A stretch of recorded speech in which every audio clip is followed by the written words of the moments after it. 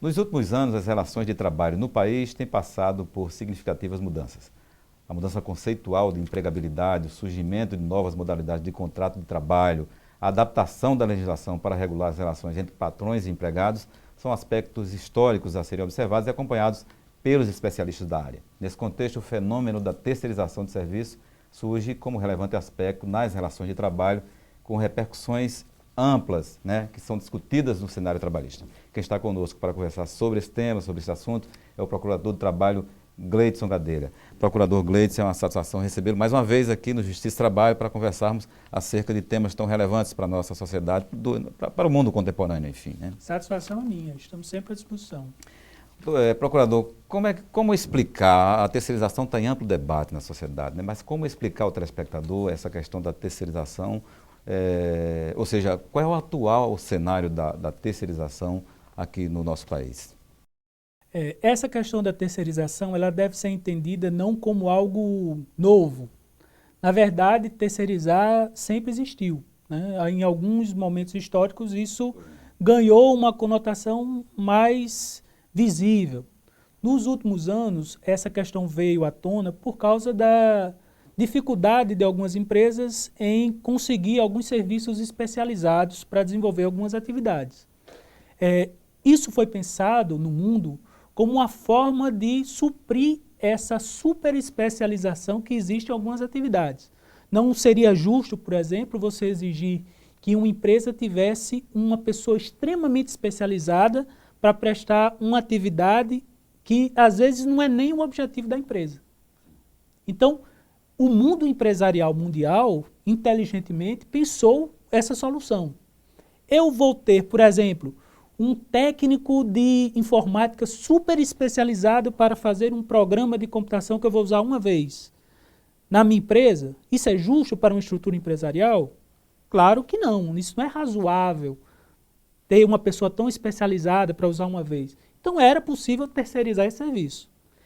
A ideia que se tem disso é uma exceção, é uma forma de suprir essa especialização. Terceirizar algum serviço de uma determinada empresa seria então uma exceção, não uma regra, né? Sempre uma exceção e para uma atividade extremamente especializada que não fosse a atividade daquela própria empresa.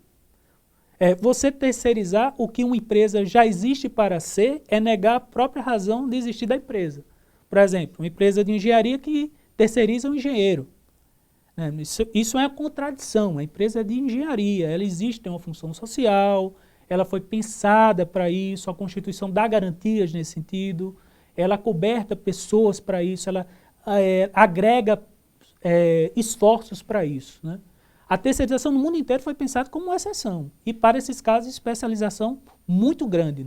Entendendo dessa maneira, de certa forma, então, a terceirização traz como consequência uma precarização do trabalho.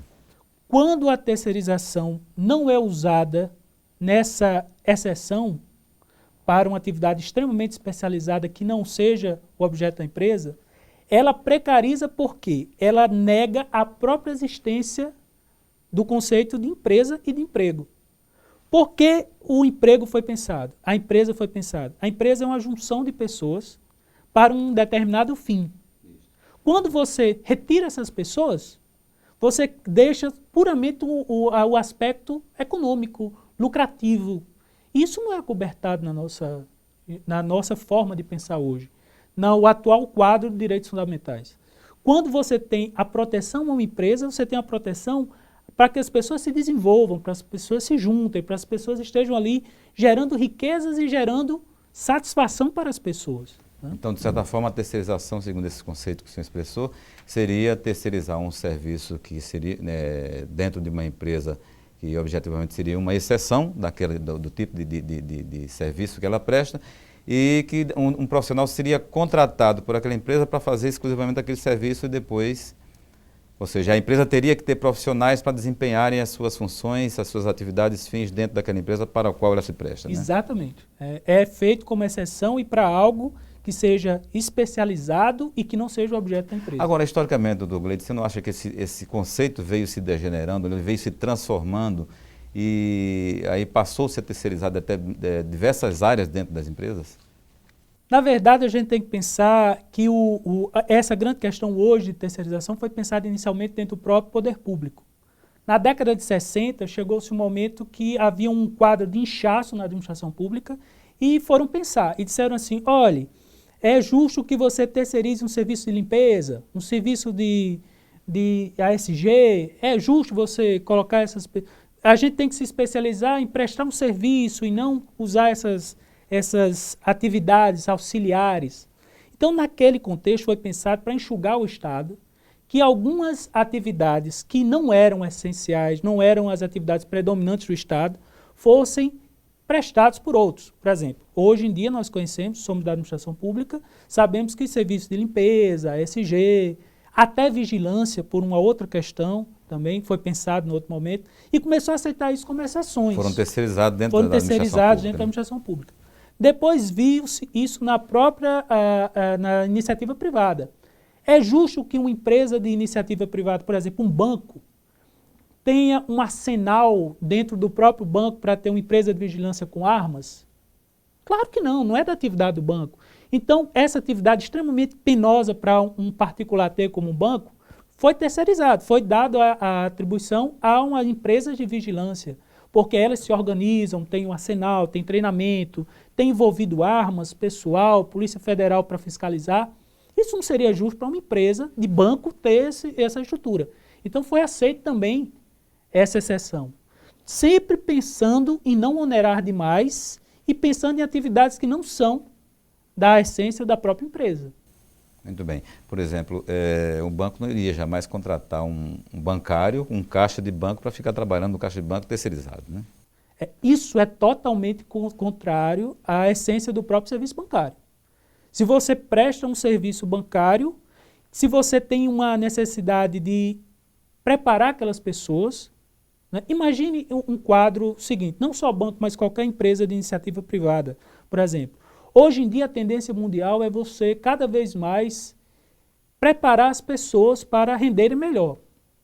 Como é que você faz isso? Você incentiva as pessoas, você dá uma carreira, você cria bônus, qualifica, capacita, cria uma vinculação entre a empresa e a pessoa.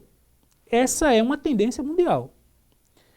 O que é que a terceirização faz? A terceirização quebra esse vínculo.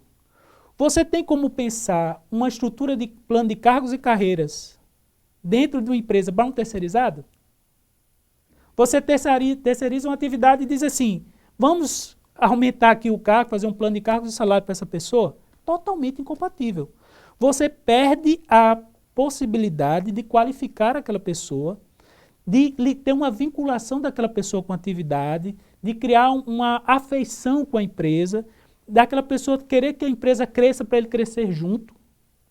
O grande problema que você tem que ver no quadro de terceirização é que, como o próprio nome diz, você é um terceiro, você está fora da empresa. Você não tem afeição para a empresa, você está fora. Eu vou produzir, me doar ao máximo para uma empresa que eu não sou parte? Essa é a questão, né? Essa é a questão. Doutor Gleides, atualmente qual é o instrumento jurídico? Existe todo esse debate, mas qual é o instrumento jurídico que atualmente disciplina essa questão da terceirização? Essa é a questão que o senhor gostaria que o senhor respondesse no próximo bloco. Nós vamos precisar fazer um breve intervalo e dentro de instância nós voltamos com Justiça e Trabalho.